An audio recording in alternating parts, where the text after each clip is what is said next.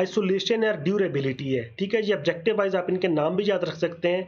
ठीक है, अब इनको हम बारी बारी एक्सप्लेन कर सकते हैं। एटॉमिसिटी का क्या है कि आपके पास इंडिविजिबल, इंडिविजिबल ये है कि आपके पास जो कि फर्दर डिवाइड ना हो। ठीक है, an indivisible operation is said to be atomic. ठीक है, दिस इंप्लाइज इंडिविजिबिलिटी, कि जो फर्दर आगे डिवाइड ना हो सके, इसका मतलब एटॉमिसिटी इसको कहते हैं। कंसिस्टेंसी से क्या मुराद है?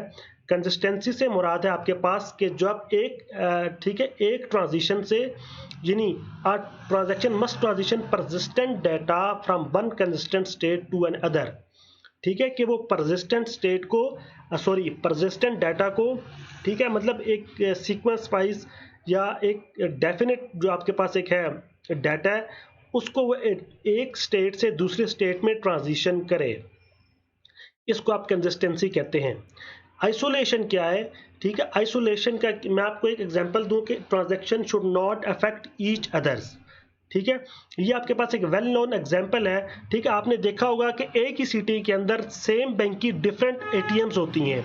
ठीक है, जहाँ पे मैंने इसकी एग्जांपल लिखा है, लेकिन आपके पास डिफरेंट एक ही सिटी के अंदर सेम बैंक की मीन्स आप उसको एमसीबी ले लें या एचबीएल ले लें, तो उनकी डिफरेंट एटीएम्स डिफरेंट जगह पे इंस्टॉल हैं और बहुत सारे लोग एक ही टाइम पे वो यूज़ कर रहे हैं, लेकिन किसी एक ट्रांजैक्शन का दूसरे ट्रांजैक्शन के साथ क्लैश नहीं आता। ठीक है, तो ये आपके पास क्या है, इसको आप आइसोलेशन कहते हैं। ठीक है, कि सब आपके पास हर एटीएम से आपके पास इंडिविजुअली ट्रांजैक्शन हो रही है सेम बैंक की। ठीक हो गया, तो ये आपके पास एक आइसोलेशन की एग्जांपल हो गई। ठीक है, कि वो आपके पास एक ट्रांजैक्शन को दूसरी ट्रांजैक्शन को अफेक्ट नहीं करना चाहिए। ठीक है, it should appear to each other that all others completed before और आफ्टर इट।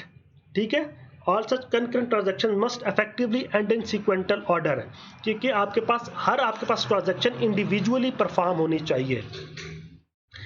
आगे बात आ जाती है आपके पास ड्यूरेबिलिटी की। ड्यूरेबिलिटी में आपके पास क्या है कि आपके पास जब एक स्टेट से दूसरे स्टेट में आपके पास चेंज होगा तो क्या होगा, state changes committed by that transaction must be durable and persistent. ठीक है, जब आपका स्टेट चेंज होगी तो वो स्टेट आपके पास क्या होनी चाहिए, ड्यूरेबल होनी चाहिए और परसिस्टेंट होनी चाहिए। ठीक है, कि वो आपके पास ऐसे नहीं कि आपके पास वोलाटाइल हो, वो जो है ना परसिस्टेंट स्टेट होनी चाहिए। तो ये आपके पास 3 से 4 आपके पास क्या है, इसकी प्रॉपर्टीज है। एसिड को आप याद रख लें, एसिड से आपके पास इजाज होती है ACID, एटॉमिसिटी, कंसिस्टेंसी, आइसोलेशन आई से, और डी आपके पास क्या है, ड्यूरेबिलिटी। अब आगे बात कर रहा है कि ट्रांजैक्शन को एंड करने के आपके पास 2 वेज हैं। एक आपके पास ऑब्जेक्टिव वाइज आ सकता है, कमिट है और रोल बैक है।